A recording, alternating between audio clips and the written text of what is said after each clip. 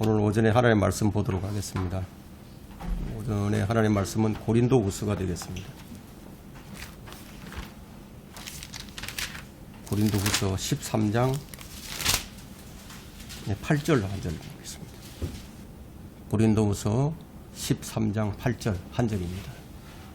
제가 받들어 읽겠습니다. 우리가 진리를 거슬러서는 아무것도 할 수 없고 오직 진리를 위해서만 할 수 있느니라.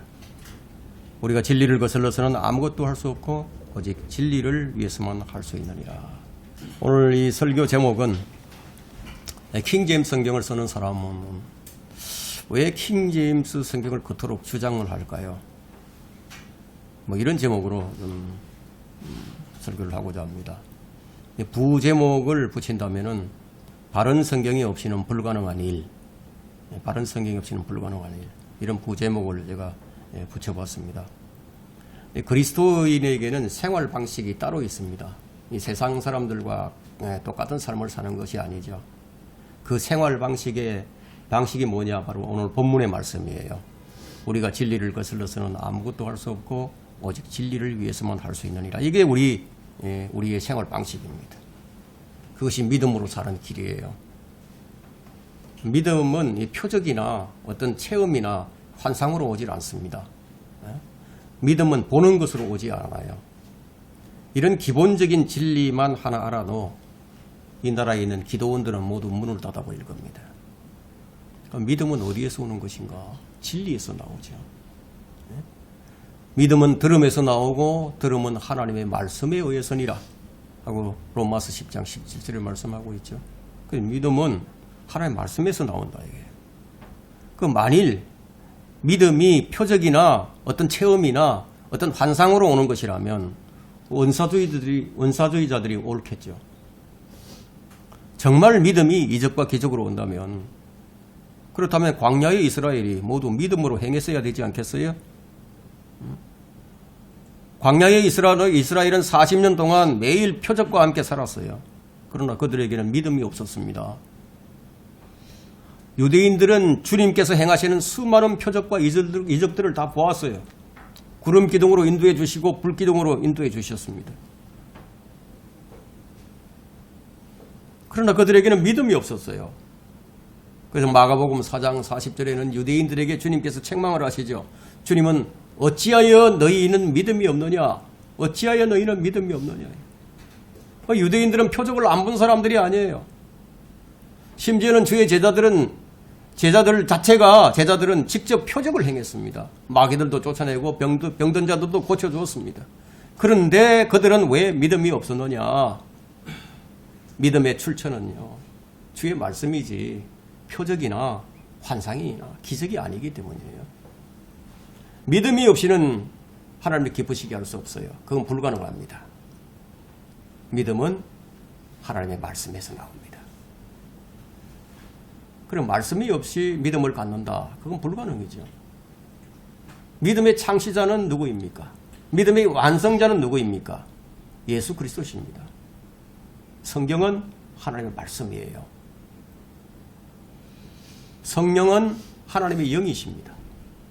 그런데 어떤 경우는 말씀을 듣는데 왜 들으면 들을수록 혼란스럽고 왜 읽으면 읽을수록 혼돈에 빠지는 경우가 생기죠?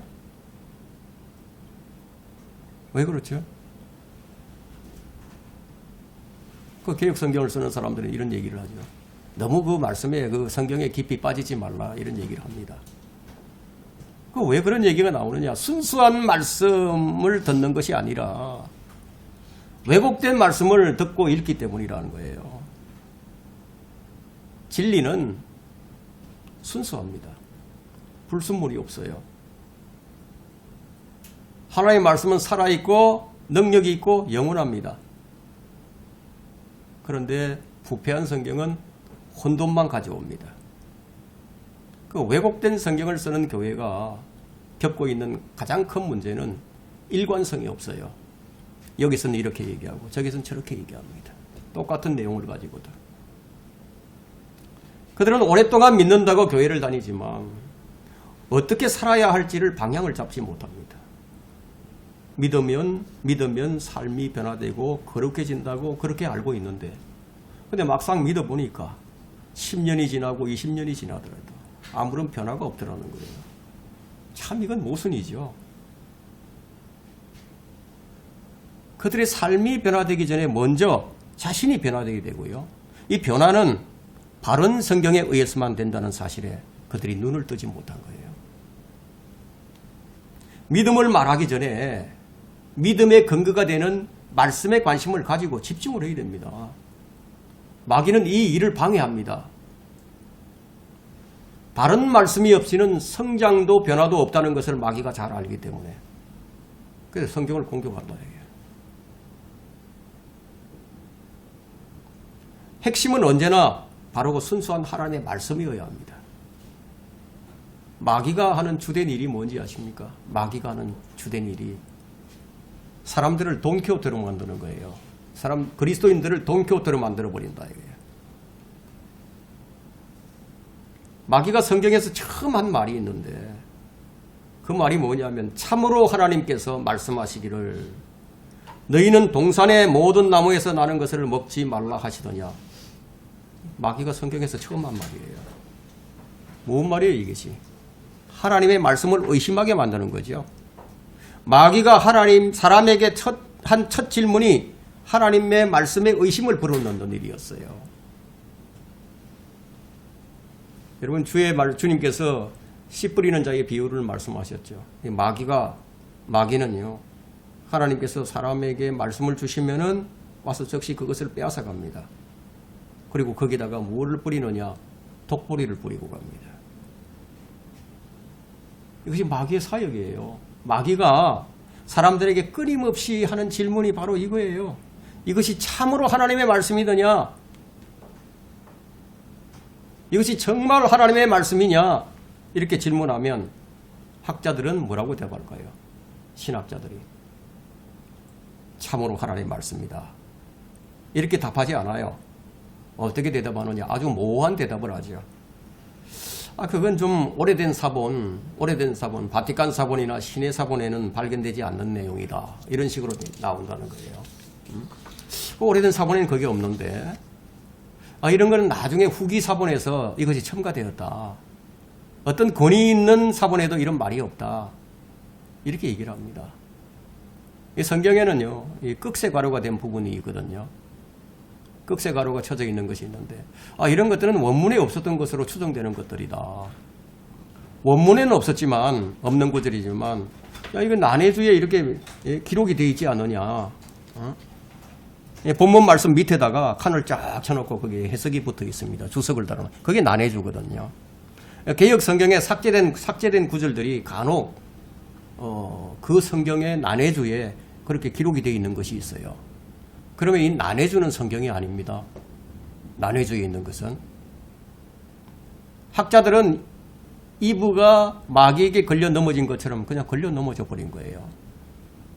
그 왜곡된 성경은 하나님의 말씀에 꺽쇠가루를 쳐서 하나님의 말씀의 모성과 절대성에 의심을 던져주는 거예요. 그럼 성경 독자들이 성경에 가로 열고 없음. 왜 이렇게 기록되어 있는가? 어떤 성경이 옳은 성경이고 어떤 성경이 틀린 성경인가? 이런 질문을 던지지 않는다면요, 그 사람들은 계속해서 거짓말을 할 것이고, 질문을 던지는 자들에게는 그들의 성경이 하나님의 말씀이라고 설교하는 목사를 단숨에 거짓말쟁이로 드러낼 수 있기 때문에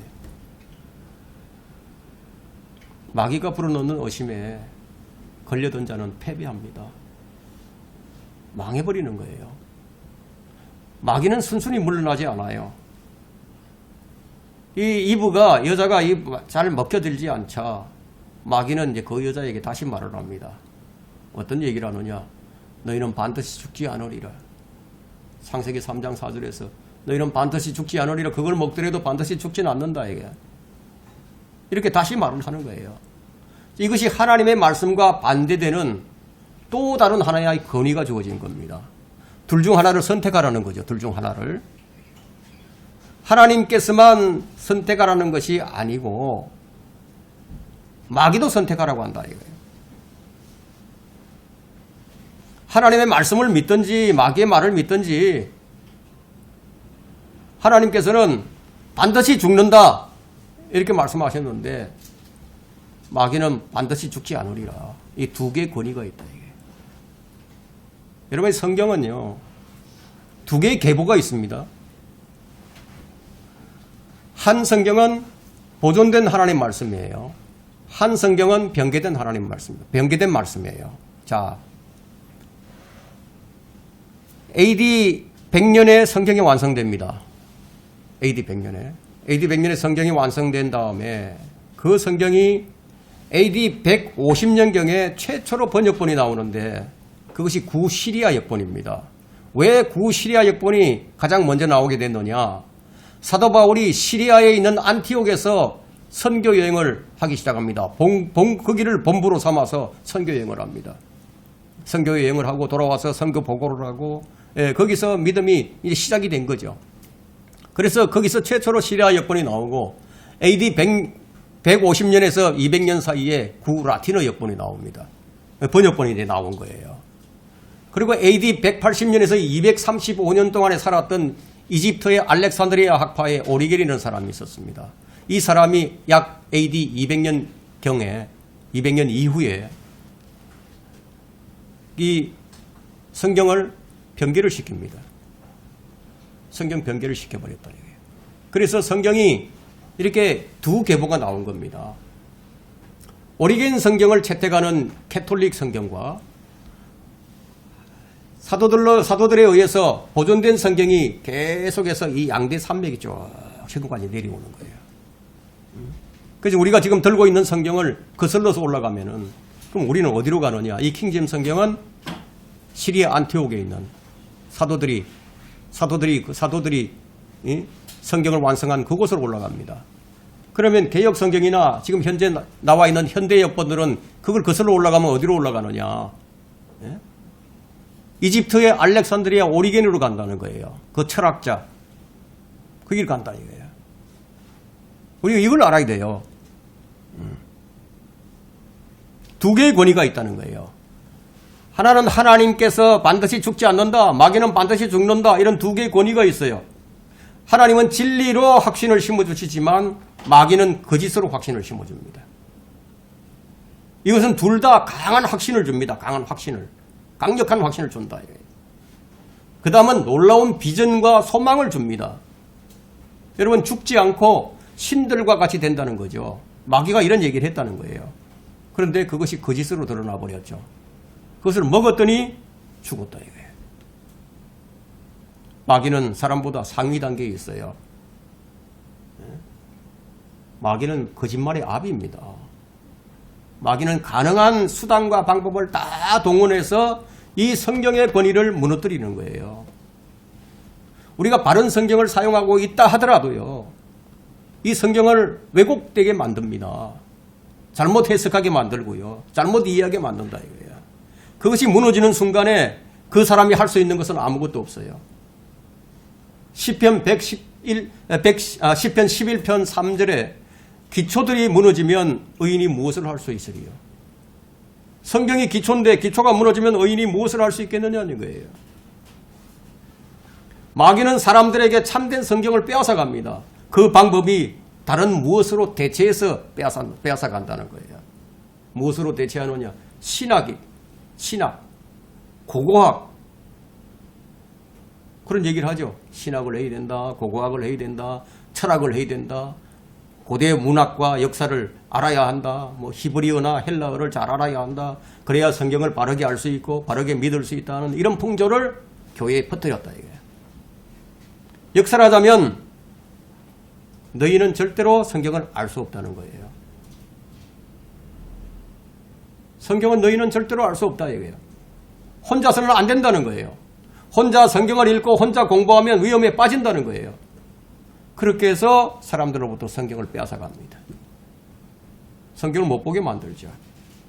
자신이 가진 성경이 도덕적으로나 영적으로는 완벽하지만 과학적으로나 역사학적으로나 언어학적으로는 모순이 있다고 믿게 만들므로써 성경에 대한 마음을 닫게 만든다는 거예요. 우리는 성경에 대해서 마음이 열려야 되는데, 자, 실제로 이런 사람들을 본 적이 있습니다. 번역본에 대한 이해가 부족한 사람들인데요.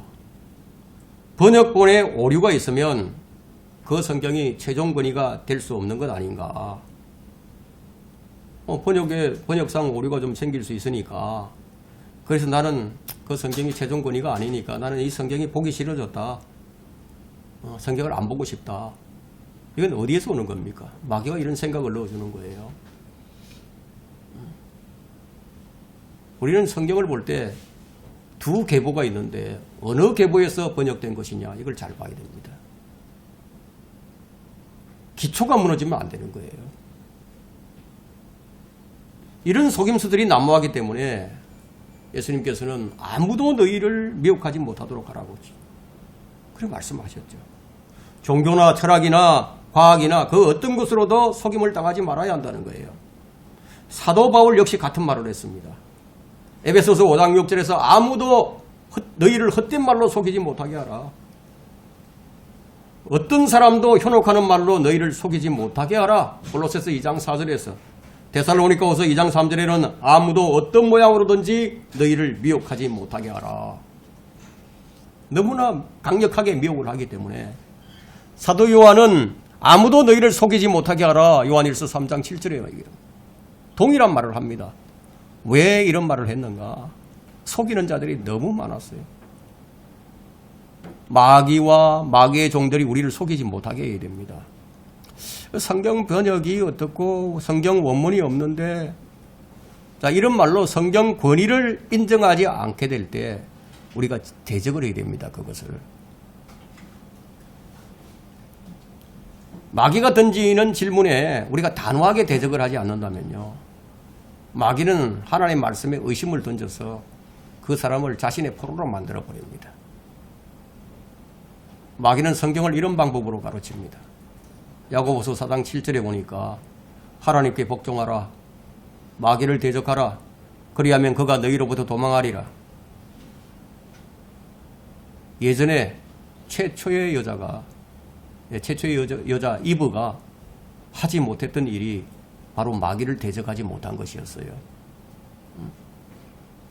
믿음 안에 굳게 서서 대적을 해야 하는데, 그러면 마귀를 대적하기 위해서는 절대적으로 바른 말씀이 필요한 거예요. 바른 말씀이 있어야 됩니다. 주님은 사람의 마음밭에다 씨를 뿌리십니다. 말씀을 뿌린다는 얘기예요. 그때 마귀는 즉시 와서 그 말씀을 빼앗아 가려고 합니다. 마가복음 4장 14절과 15절에는 씨 뿌리는 자는 말씀을 뿌리느니라.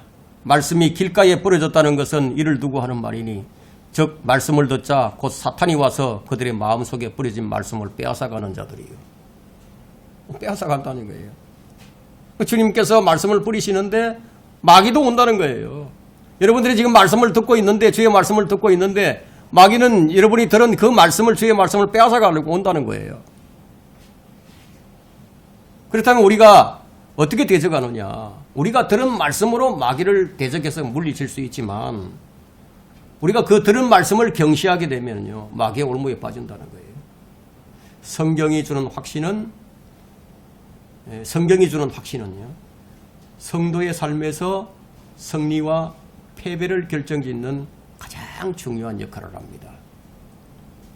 왜 그토록 킹제임스 성경만을 주장하는 것일까? 그 이유가 뭘까? 첫 번째는 바른 성경이 없이는 바른 믿음으로 바르게 성장할 수 없기 때문입니다. 바른 성경이 없으면 바른 믿음이 없어요.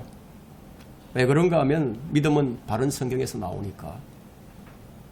잘못된 믿음은 왜곡된 성경에서 나와요. 예수 그리스도가 성경에 기록이 되어 있는데 예수 그리스도에 관해서 성경이 기록하고 있어요. 그럼 내가 잘못된 성경을 가지고 그 잘못된 부분을 내가 그대로 공부를 하고 그것을 내가 이해하고 깨달았다고 했을 때 그만큼 예수 그리스도가 잘못되어 있다는 거예요. 자기 지식 안에서. 영적 성장은 말씀이 내 안에 뿌려져서 그 말씀의 씨앗이 자라는 거예요. 오랜 신앙생활을 했는데도 불구하고 제자리 걸음만 하는 성도들이 참 많이 있습니다. 그래서 히브리서 5장 12절에는 그들을 향해서 책망을 하죠.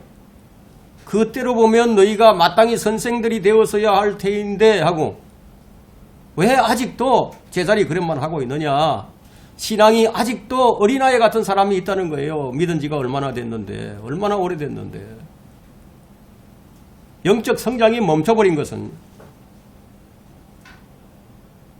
거듭난 성도가요, 태어난 아이가 걸음을 걷지 못하는 것과 똑같습니다. 영적 출생이 살아있고 영원히 거하는 하나님의 말씀으로 되었듯이 그 영적 성장도 그런 말씀이, 바른 하나님의 말씀이 필요하다는 거예요. 우리 속사람이 새로워지는 것은 우리 안에 심어진 말씀을 통해서 우리가 새로워집니다.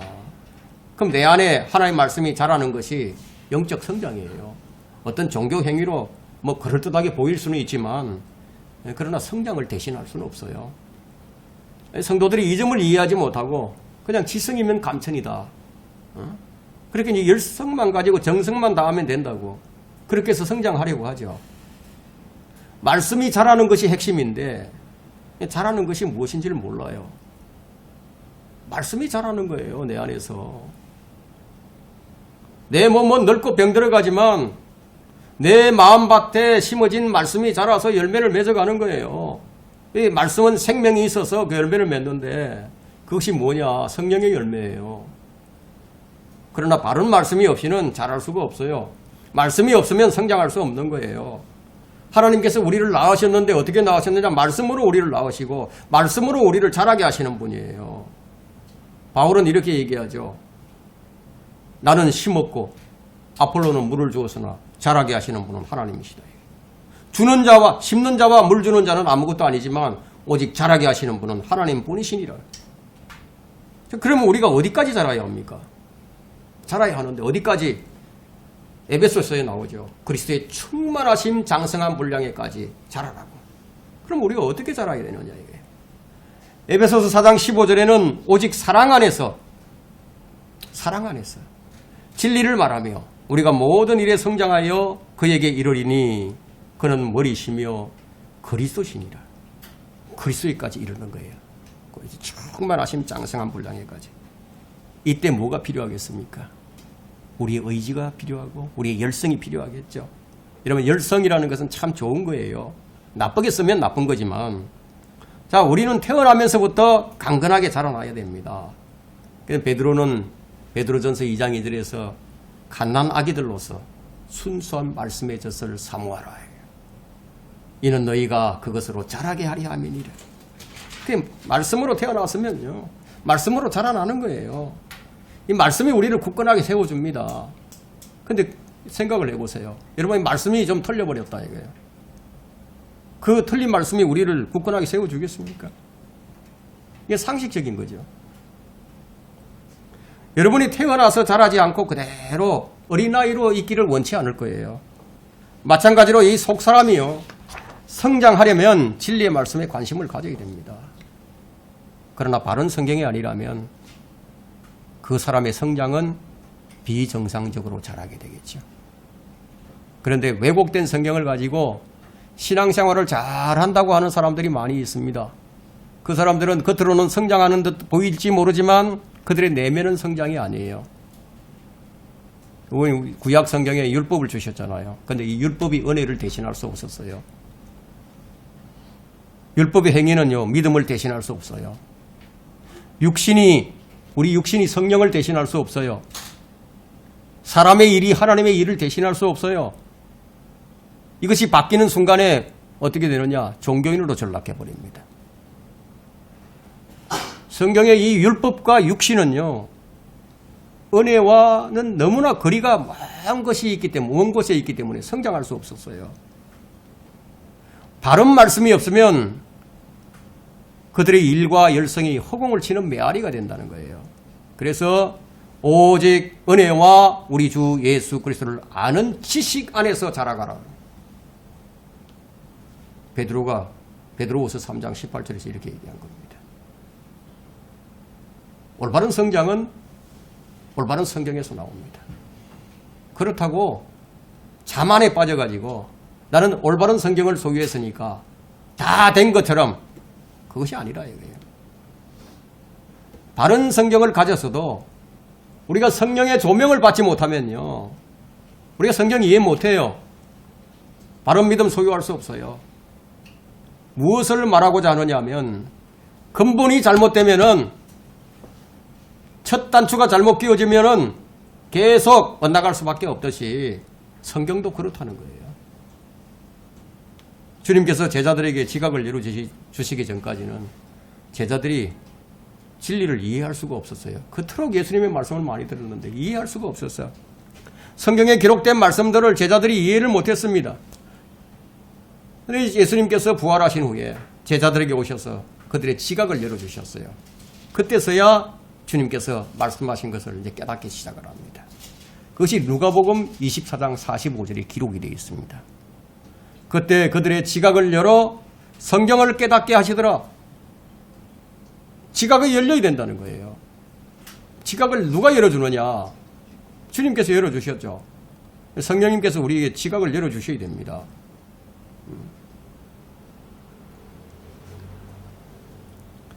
바른 성경을 이야기하는 것은 우리가 첫 단추를 좀 잘 끼우자, 이런 의미에서 얘기를 합니다. 하나님은 누구에게 말씀을 주십니까? 예수 그리스도를 자신의 구주로 믿고 구원받은 사람에게 주시는 거예요. 성령도 마찬가지예요. 예수 그리스도를 주로 믿고 믿는 사람이 성령님을 받을 수 있고, 성경 역시 그러하다는 거예요. 성령은 진리의 영이시기 때문에 진리이신 예수 그리스도와 진리의 말씀을 위해서 사역을 하십니다. 그러면 잘못된 복음이라면 하나님께서 성령을 주실 수도 없고 말씀의 씨앗을 심을 수도 없죠. 그렇다면 개역 성경을 가지고도 구원받고 믿음을 잘 지킨다고 말을 하지만, 구원은 여러분 성경이 없어도 구원받을 수 있어요. 그럼 복음 전도지 한 장이면요, 우리가 구원받을 수 있는 거예요. 성경을 한 번도 본 적이 없는 사람도 구원은 받을 수 있어요. 복음을 통해서 구원받는 거니까. 그럼 구원받지 못한 사람이 직분을 받아서 열성으로 교회를 섬기는 사람들이 참 많이 있습니다. 그들은 말로는 성령의 능력으로 하나님을 섬긴다고 주장을 하지만, 여러분이 신문에 난 기사들이 있죠. 신문에 난 기사들, 어떤 책에 실려 있는 그런 좋은 내용들을 가지고요, 아주 여창하게 설교하는 목사들도 있어요. 그러나 그런 것이 절대로 빛이 될 수는 없죠. 그래서 그런지 한국 교회의 교인들 사이에는 알 수 없는 고민과 번민이 있습니다. 주님을 안 믿는 것도 아니고, 열정이 없는 것도 아니고, 헌금을 적게 내는 것도 아니고, 기도를 하지 않는 것도 아닌데, 여러분 한국 교회 교인들만큼 기도 많이 하고 모임을 자주 갖고 자주 교제하는 교회는요, 세계적으로 드물어요. 매일 새벽 기도하죠. 뭐 주일 예배, 수요 예배, 금요 철야 예배, 토요 성경 공부, 뭐 기도원도 가고요. 게다가 무슨 뭐 특별한 명칭을 붙여가지고 특별한 모임을 갖기도 하고, 뭐 온갖 열성을 다 쏟아냅니다. 그럼에도 그들은 뭔가 공허함을 느낍니다. 뭔가 채워지지 않아. 그것이 무엇인가요? 바른 성경이 없어서 생기는 공허함이에요. 이 말씀이 채워져야 할 이 내 마음에 비어 있으니까, 채워져야 할 공간인데 비어 있다 이거예요. 여러분 여름철 홍수가 나면은 물 부족 현상이 물 부족 현상이 일어나는 것 같아요. 물이 홍수가 났는데 왜 물 부족 현상이 일어나죠?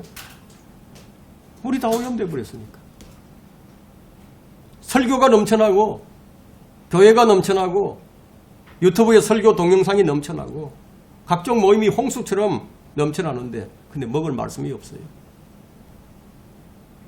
주님께서 내가 너에게 한 말은 영이요 생명이라고 말씀하신 그 말씀이 절대적으로 부족한 현상이라는 거예요. 여러분, 바른 성경이 없이는 영적 성장은 불가능합니다. 왜 그토록 킹제임스 성경만을 주장하는 것일까? 두 번째는 바른 성경이 없이는 교회가 거룩하고 깨끗해지는 일은 불가능하기 때문이에요. 오늘날 교회를 한번 보세요. 교회의 모습은 부패하고 타락된 모습이죠. 얼마나 교회에 문제가 많은지. 그것을 논하기 이전에요. 성도들의 마음과 양심이 순수하지는 못합니다. 깨끗하지 못해요. 교회가 타락했다, 목사가 부패했다 그런 말을 하지만 사실은 교회를 다니는 사람들이 깨끗하고 순수하지 못하기 때문에 유유상종입니다. 손뼉도 마주쳐야 소리가 나는 법이죠. 믿음이 좋다고 하는 교인들을 한번 보세요. 그들이 깨끗해 보입니까? 우리는 무엇으로 깨끗해져야 하는가? 말씀의 물로 씻어야 한다는 거예요. 말씀은 이성과 양심을 씻어주는 물입니다. 물로서 표현이 됩니다. 요한복음 15장 3절에는 이제 내가 너에게 일러준 말씀을 통해 깨끗해졌느니라. 하나님의 말씀으로 깨끗해진다는 거예요. 그럼 예수 그리스도의 보배로운 피와 말씀의 물이 필요하죠. 우리는 구원받을 때 예수 그리스도의 피로 깨끗해졌어요. 우리 양심도 깨끗해졌어요. 이제 무엇이 필요합니까? 성도는 말씀의 물로 매일 자신을 씻어야 된다. 우리는 예수 그리스도의 피로 한번 목욕을 했어요. 이제는 말씀의 물로 계속 씻어 나가야 된다는 얘기예요. 그래서 에베소서 5장 26절에는 이는 그가 교회를 말씀에 의한 물로 씻어 거룩하게 하시고 깨끗하게 하사, 이런 말씀이 나오는 거예요. 교회가 뭐 좋은 일을 많이 해가지고 외부의 좋은 평판을 받아서 깨끗해지려고 해도 그건 불가능이다. 올바른 말씀이 없으면 더러움만이 더 드러나게 되죠. 물론 종교개혁 성경인 킹제임스 성경을 손에 들고 이 성경을 믿는다고 해서 영적 성장과 순결을 보장해 주는 것은 아니에요.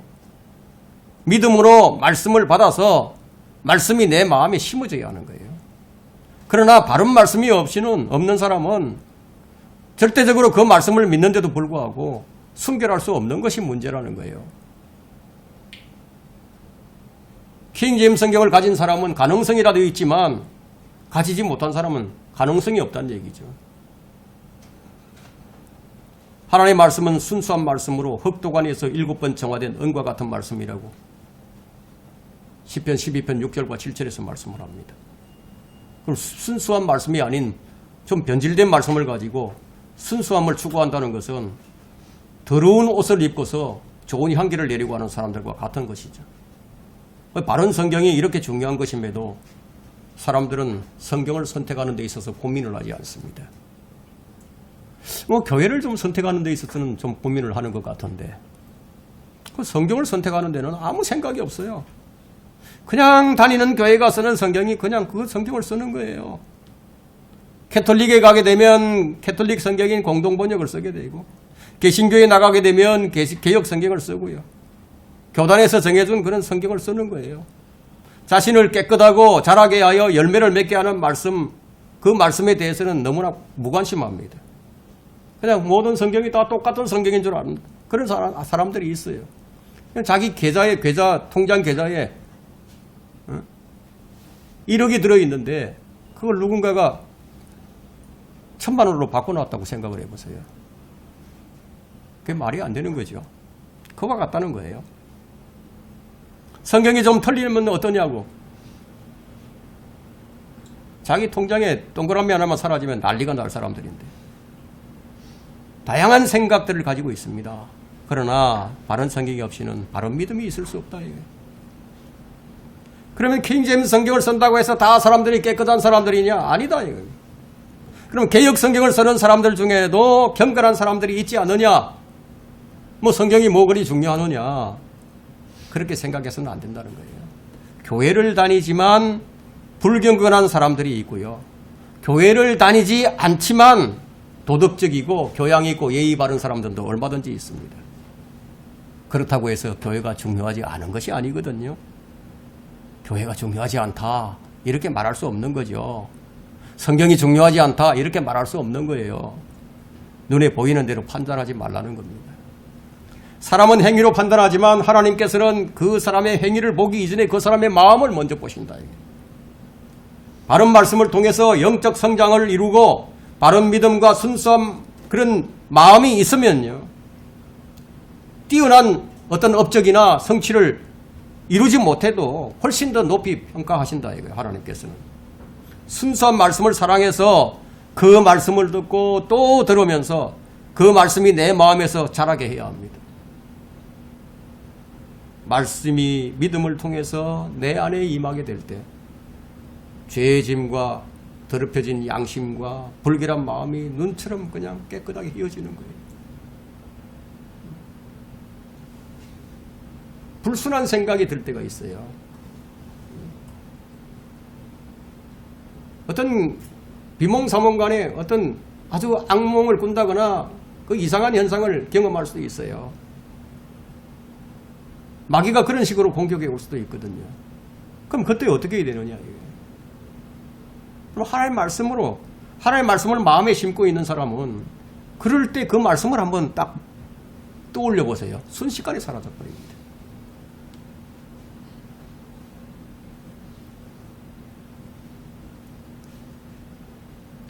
깨끗해지는 경험, 말씀의 물이 나를 씻는다는 것이 무엇인지 그때 비로소 알게 된다는 거예요. 바른 말씀이 없이 불가능한 것은 올바른 판단을 할 수 없는 거예요. 분별력이 없어요. 판단에는 기준이 필요하죠. 무엇인가 기준이 있어야 된다 이게. 어떤 기준인가에 따라서 결과가 달라집니다. 단 한 번의 잘못된 판단으로 평생을 악의 부렁텅이에서 빠져나오지 못하는 사람들이 얼마나 많은지 아세요? 성경에는 판단하지 말라는 말씀도 있고 판단하라는 말씀도 있어요. 어떤 걸 따라야 합니까? 그렇게 뭐 아니면 도 이렇게 생각하면 안 된다는 거예요. 어떤 경우에는 판단하지 말라고 하셨고 어떤 경우에는 판단하라고 하셨다. 그 문맥을 잘 살펴서 올바로 성경을 나눌 줄 알아야 되죠. 판단하는 그 자체가 죄는 아니에요. 우리는 스스로 무엇이 옳은지 판단을 해야 됩니다. 판단하지 말라는 말씀은 외모로 판단하지 말라는 말씀이고 판단하라는 말씀은 의로운 판단을 하라는 거예요. 우리가 사람을 보고 그냥 외모로 보고 판단을 하게 되면 실수를 합니다. 우리는 판단을 하되 열매를 보고 판단을 해야 됩니다. 고린도전서 2장 15절에는 영적인 사람은 모든 것을 판단하나 자신은 아무에게도 판단받지 아니하느니라. 우리가 성경을 가지고 판단하면 아무에게도 판단받지 않아요. 올바른 판단을 하게 되면 세상에 속한 일들이 무엇인지, 의와 불의가 무엇인지, 육신에 속한 것이 무엇인지, 성령에 속한 것이 무엇인지 우리는 판단해야 된다는 거예요. 만일 우리가 자신을 판단하지 않으면 판단을 받게 되죠. 그럼 우리가 자신을 판단하면 판단받지 않는다고 고린도전서 11장 31절에서 말씀합니다. 이때 기준이 뭐냐? 야, 내가 죄를 지었구나. 내가 잘못 판단했구나. 내가 잘못했구나. 내가 분별을 잘못했구나. 이때 바른 말씀이 기준이다는 거예요. 보통 사람들이 기준이 뭔지 아세요? 자기 자신이 기준이에요. 만물의 척도가 하나님 말씀이면 좋은데 그게 아니라 자기 생각이 만물의 척도입니다. 그래서 100명이 있으면 다 잣대가 달라요.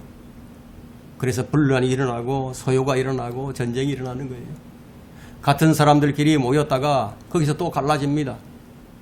어제의 동지가 오늘의 적이 되고요. 오늘의 적이 내일의 동지가 됩니다. 그것은 진리의 말씀이 척도가 아니기 때문이에요. 주의 말씀은 판단의 법이에요. 대부분의 성도들이 육체에 따라서 판단을 하고 자기 이익에 따라서 판단을 합니다. 심지어는 자기들끼리 판단을 해요. 사람이 사람을 기준으로 판단하는 것은 아무런 의미가 없습니다. 자기들끼리의 판단은 내가 저 사람보다 좀 더 낫지 않느냐. 저 사람은 굉장히 열성적이야. 그래서 저 사람은 참 좋은 사람이야. 믿음이 좋은 사람이야. 기준이 뭐예요? 자기들끼리 비교하는 거죠. 그래서 고린도후서 10장 12절에는 자기들끼리 비교하는 사람들은 현명하지 못한 사람들이라고 말씀합니다. 성도들이 쉽게 범죄하는 죄가 경쟁심에서 비롯되기도 합니다. 우리가 선한 경쟁심을 갖는 것은 참 좋은 일이지만 이 성도들끼리 경쟁이 한번 붙으면 이건 장난이 아니에요. 성도들끼리 그냥 경쟁이 붙어요. 시기와 질투심으로 경쟁을 합니다. 내가 저 사람보다 더 잘해야지. 빌립보 교회가 그렇게 했습니다. 이 판단은 모두 악한 판단이라는 거예요. 바른 말씀이 마음에 없으니까 마음이 순수하지 못한 것이죠. 그렇게 바르게 판단하려면 무엇이 필요한가? 영적인 말씀이에요. 히브리서 5장 14절에는요. 단단한 음식은 장성한 사람의 것이니 그들은 그 말씀을 사용함으로써 감각들을 단련하여 선악을 분별하는 사람들이라.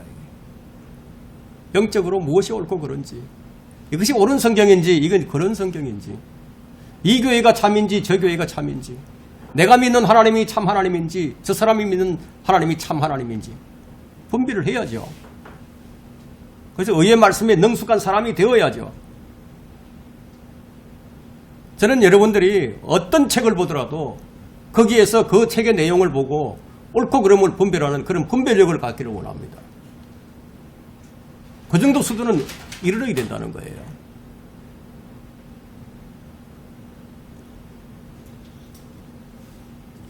누가 좀 열심을 낸다고 해서 그 사람 참 믿음이 좋구나. 저는 그렇게 판단하지 않아요. 성경이 말하기를 열매로 그 사람을 안다고 했으니까 무슨 열매를 맺는지 그걸 보고 판단하는 거예요.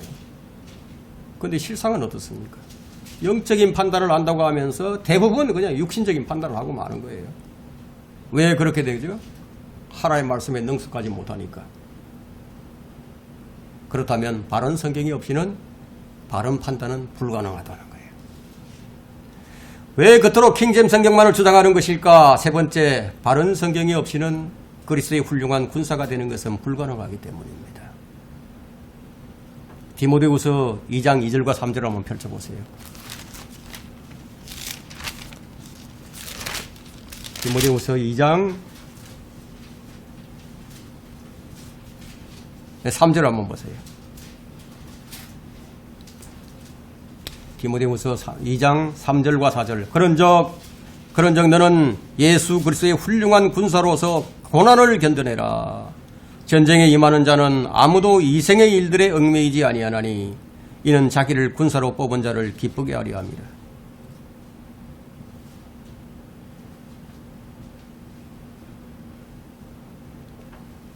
지금 우리나라에 실전 경험을 한 군인은 없어요. 70년대, 60년대 말, 70년대 초에 파월 장병이 우리나라에서 한 20만 명이 파병이 되었었는데 그때는 이제 실전 경험을 가진 군인들이 있었죠. 요즘은 18개월 군복무하는 것이 고작입니다. 전투력을 함양하기도 전에 그냥 제대를 해버린다.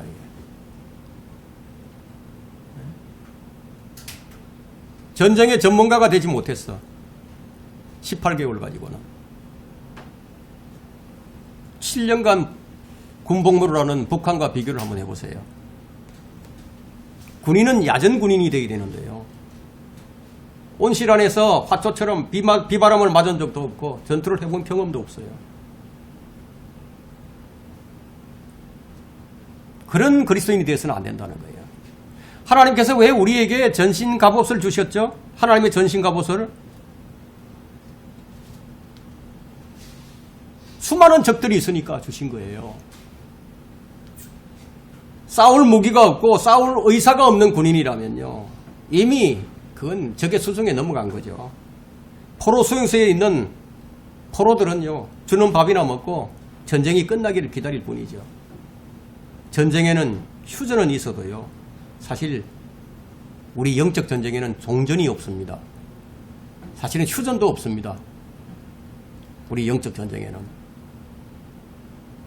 적이 있는 상황에서는 종전은 불가능한 거예요. 우리 영적 전쟁이 그런 거예요. 영적 전투병들에게 필요한 것은 하나님의 전신 갑옷입니다. 진리의 허리띠와 의의 흉배를 붙여야 하고 구원의 투구도 써야 하고 믿음의 방패도 손에 들어야 되고 화평의 복음으로 전투화를 신고 구원의 투구와 하나님의 말씀인 칼을, 성령의 칼을 가져야 된다. 그러나 이런 것들이 어디에서 나오느냐? 바로 하나님의 말씀에서 나오는 거예요. 여러분, 이거 왜곡된 성경을 가지고는 완전 무장 불가능합니다. 구멍이 숭숭숭 뚫려 있는 그런 무장이 될 수밖에 없죠. 예를 들어서 개혁 성경을 가지고 여호와 정인들을 이기느냐? 못 이깁니다. 조롱을 당하게 될 겁니다. 실력이 여호와 정인들보다 실력이 못하니까. 하나님께서 주신 것들을 다 갖추었는데 그런데 손에 성령의 칼을 들고 있지 않다면 어떻게 되겠어요? 마귀를 이길 수 있겠어요? 우리가 킹제임스 성경만 가지고 있으면 그냥 마귀를 이기는 거예요? 뭐가 필요합니까? 이 성경에는. 이 성경과 성령님이 있어야 된다. 하나님께서 주신 옷은 성령의 칼을 잡아야만이 전신 갑옷이 되는 거예요. 그 칼을 잡아야만 마귀를 대적하라는 말씀에 따라서 우리가 마귀를 대적할 수가 있습니다. 성경에는 전쟁에 임하는 자에게 하신 말씀이 있는데 이기려고 방금 디모데후서 2장 4절까지 읽었죠. 그럼 5절에 보니까요. 이기려고 애쓰는 사람이 규칙대로 하지 아니하면 면류관을 얻지 못하리라. 여러분은 자신이 그리스도의 군사라는 사실을 실감을 하고 있어요. 나는 지금 영적 전쟁을 치르고 있다. 이런 실감이 있느냐는 거죠. 전쟁은 길에서나 식탁에서나 침상에서도 벌어집니다. 교회에 나오는 길에서도 일어나고요. 심지어는 경배를 드리고 있는 중에도 마귀는 오는 거예요. 죄와 전쟁은 우리 마음속에서 벌어지는 거예요. 지금 이 자리에도 일어난다는 거예요. 우리 마음속에서 일어나는 전쟁은 참으로 대단한 전쟁입니다. 이 성령의 날카로운 칼이 없다면 도저히 못 이겨요. 마귀 역시 하나님의 말씀을 이용하기 때문에 여러분, 마귀가 하나님의 말씀 사용하지 않을 걸로 합니까? 사용을 합니다. 사도 바울은 언제나 자신이 그리스도의 군사라는 사실과 성도들이 영적 전쟁을 수행 중이라는 사실을 계속해서 주지시켰습니다. 왜냐하면 바울은 계속 언제나 싸우고 있었으니까. 그런데 영적 무장을 위해서는 이 무기가 필요한데, 근데 이 무기가 되는 이 하나님의 말씀이 일관성이 없으면 어떻게 되겠습니까? 하나님의 말씀이 변개돼 가지고 3만 단어가 변개되고 신약 성경이 13군데가 삭제되고 없어요. 어떻게 되냐 이게.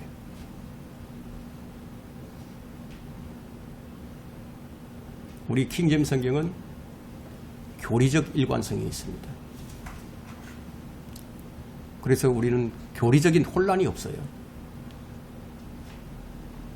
반면에 개혁 성경이나 현대 역본들은 알기 쉽게 번역을 했다고 말을 하지만 교리적 일관성이 없어요.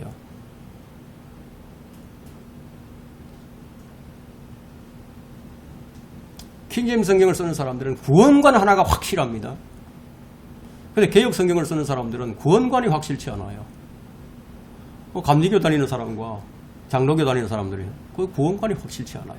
서로가 달라요. 다 그냥 개판이죠. 한마디로. 아버지의 말씀은 진리라고 했는데 왜 진리의 말씀이 일관성이 없는 것인가? 배우지 않아서도 아니고 진리가 없어서도 아닌데 왜 그렇게 되었는가? 자기들이 가진 성경의 그 일관성을 없애버렸으니까요. 예를 들자면은 성경에 지옥이라는 단어가 나옵니다. 지옥은 어느 곳에서는 무덤으로 번역을 하고 여호와 정인들은 지옥을 무덤으로 번역을 하죠. 엄부가 뭔지 아세요, 여러분? 엄부. 뭐예요, 엄부가? 연옥은 성경에 없는데 누가 만들었어요? 로마 캐톨릭이 만들었죠. 스올, 여러분 알아들었습니까? 게헨나, 하데스 이렇게 번역해 놓으면 그 의미가 다 달라져 버리죠. 그렇기 때문에 교리의 일관성이 없어져 버립니다. 악한 영들을, 더러운 영들을 번역을 할 때, 이 마귀들인데, 이 마귀들을 번역할 때, 뭐 귀신으로 번역을 해놨어요. 귀신이 어디 있어요? 귀신이 없는데. 사람 죽으면 혼이 바로 지옥으로 가는데, 하늘나라 가든지. 공중에 떠다니는 혼들이 어디 있어요? 없는데. 귀신이 어디 있어요? 귀신이. 마귀들이라고 해야죠. 어떤 데는 뭐 유령이라고 써놓고, 어떤 데는 사탄을 갖다가 사단이라고 해요. 몇 사단을 얘기하는 거예요, 도대체? 사탄이지 왜 사단입니까? 도깨비로 번역을 해놓습니다. 세상에. 이렇게 해서 교리의 명쾌함을 다 없애버리죠. 그러나 바른 성경은 언제나 명쾌함이 있다. 클리어하다는 거예요. 이것이 바른 성경과 변개된 성경의 차이예요. 그리고 왜곡된 성경은 안개가 낀 것처럼 보여요. 배우면 배울수록 혼란스럽다. 이게. 명쾌하지 못해요. 그러니까 어떤 말을 하죠? 나 원어 성경을 좀 봐야 되겠다고. 그런 말을 하게 된다는 거예요. 그래서 오늘날 영어를 좀 할 줄 아는 사람들은 개혁 성경 보다가 이거 혼란스러워서 도저히 이거 못 읽겠다 하고 원어 성경을 찾기 시작한다. 여러분 나무 칼을 가지고 싸울 수 있겠어요? 오늘날 교회를 한번 보세요. 사랑의 실천이라는 구호를 외치면서 섬김과 나눔에 열심을 쏟아내지만 자신이 군인으로서 어떻게 싸워야 할지를 몰라요. 그리스도인은 전쟁에 소집되어 전쟁터에 나가는 군인이라는 이 사실을 인식조차 하지 못하고 있다면 영적 전쟁을 수행한다는 건 불가능이죠. 우리가 사는 세상은 놀이터가 아닙니다. 전쟁터예요. 그래서 교회는 화약 냄새가 진동해야 되고 피비린내가 나는 곳이에요. 부상자들도 있고 때로는 오발사고도 일어나고요. 말씀은 성령의 칼이에요. 요즘 교회는 이 성령의 칼이 없다. 전부 이빨이 다 빠진 녹슨 칼을 들고 있다. 무슨 얘기냐면 바른 성경이 없다. 성령의 칼은 제쳐두고 뭘 주장하느냐? 성령의 은사만을 주장한다. 나는 어떤 체험을 받기 원한다. 나는 어떤 은사만을 사모하면서 하나님의 말씀인 성령의 칼은 제쳐두고 뭘 하느냐? 성령 대심령 부흥회 이런 집회를 한다. 성경은 시편 149편 5절과 6절에 성도들은 영광 가운데 즐거워하고 그들의 침상들 위에서 큰 소리로 노래할지어다. 그들의 입에 하나님을 향한 높은 찬양들이 있게 하고 그들의 손에는 양날이 있는 칼이 있어. 중요하잖아요. 양날이 있는 손에는 양날이 있는 칼이 있다고. 그게 말씀이죠. 바른 말씀. 성도들의 칼에는 양날이 있는 칼이 있다는 거예요. 이 하나님 말씀을 칼을 가지고 있지 못하다면은 그가 가진 어떤 성령의 은사라도 마귀 앞에서는 공격 무기가 되지 못합니다. 성경은 하나님의 말씀에 대해서 뭐라고 말씀하시느냐? 시편 138편 2절을 한번 펼쳐보세요. 하나님의 말씀이 어떤 권위가 있는지 한번 보자는 거죠. 시편 138편 2절을 보세요.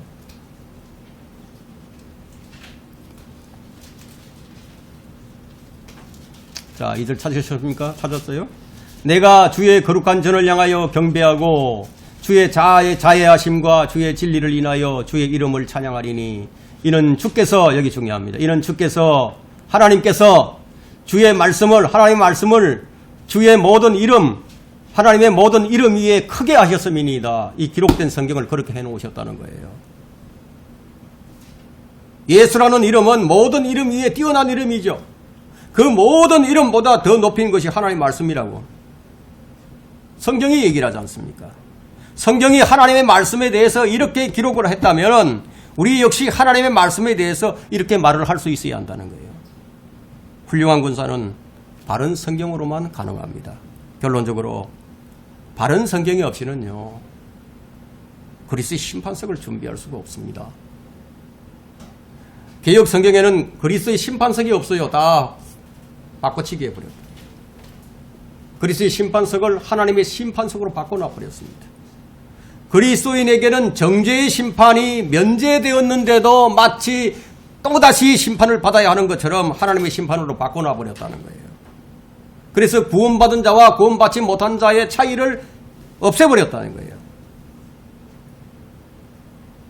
그리스도인은 말과 행동 하나하나에 주의를 해야 됩니다. 왜냐하면 우리는 그리스도의 심판석 앞에 서서 회개 보고를 해야 하기 때문에 우리 모두가 반드시 그리스도의 심판석 앞에 서야 한다고 성경이 3번씩이나 언급하고 있습니다. 이 말씀이 내 마음밭에 뿌리를 내리고 자라고 있다면 자기 마음대로 행동하지 못하죠. 구원받은 것이 끝이 아니라 구원은 시작이다 이거예요. 구원받은 것으로만 만족하는 그런 성도가 간혹 있는데 왜 그런가? 그들의 마음에는 하나님의 심판석, 그리스도의 심판석이 없으니까. 그리스도의 심판석이 없어. 그런 개역 성경을 쓰는 사람들은 그리스도의 심판석이 그들의 성경이 없으니까 그들의 마음에 없는 것도 당연하죠. 그래서 아예 의식조차 하지 않고 살아요. 그리스도의 심판석은 구원받은 성도들이 상을 받는 자리예요. 상을 받는 자리. 그래서 고린도후서 5장 10절에는 이는 우리 모두가 반드시 그리스도의 심판석 앞에 나아가서 선이든지 악이든지 각자 자기가 행한 것에 따라 자기 몸으로 행한 것들을 받을 것이기 때문이라. 우리 몸을 가지고 무엇을 하느냐 이것이 너무 중요한 거예요. 그래서 그리스도의 심판석이 없는 성경을 사용하면은 그리스도의 심판석을 준비를 못하죠. 하나님의 심판은 무엇이에요? 어떻게 다르죠? 지옥도 사망도 불못에 던져넣는 마지막 심판이다. 큰 백보자의 심판이다. 개역 성경을 쓰는 자들은 그리스도인들을 모두 불못에 던지는 그 하나님의 심판석에 서는 줄로 알게 된다는 거예요. 성경이 왜곡되면 이렇게 된다는 거예요. 하나님의 심판석은 첫째 부활에 참여하지 못한 모든 사람들이 서게 될 심판석입니다. 요한복음 12장 48절에 예수님께서 말씀하셨죠. 나를 거절하고 내 말을 받아들이지 아니하는 자는 그를 심판할 리가 있으니 곧 내가 말한 그 말이 그를 마지막 날에 심판하리라. 마지막 날에. 하나님 말씀이 심판하신다. 그 말씀이 없다면은 어떤 사람도 하나님 주시는 상급을 받을 수가 없게 됩니다.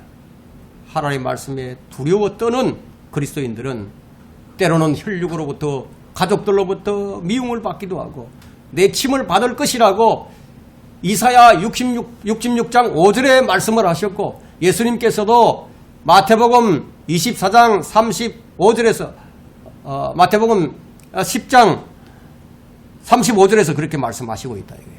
실제 그렇다. 실제. 사람의 원수는 너희 가족 중에 있을 것이라고. 구원받은 사람들 중 개역성경을 쓰는 사람들은 주님이 오실 때 수치를 당하게 될 겁니다. 우리는 바른 성경이 없이는 안 되는 일들을 살펴봤습니다. 하지만 바른 성경을 가진 우리는 이 모든 것들이 다 가능합니다. 하지만 자만해서는 안 되겠죠.